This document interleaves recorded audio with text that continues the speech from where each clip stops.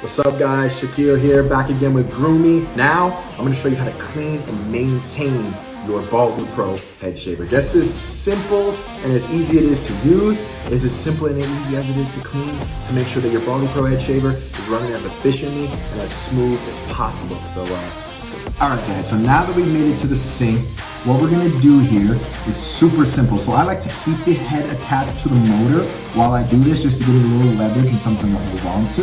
You're gonna pinch the sides of the blade here, and then you're gonna pop it open just like so. All you're gonna do is a little bit of hot water. You're just gonna rinse it under the water and really get all that hair out of there. But just for video's sake, yeah, there you go. So now it's looking brand new. Look at that. Perfectly clean. Boom. Locks right into place. We went through assembly. We went through usage.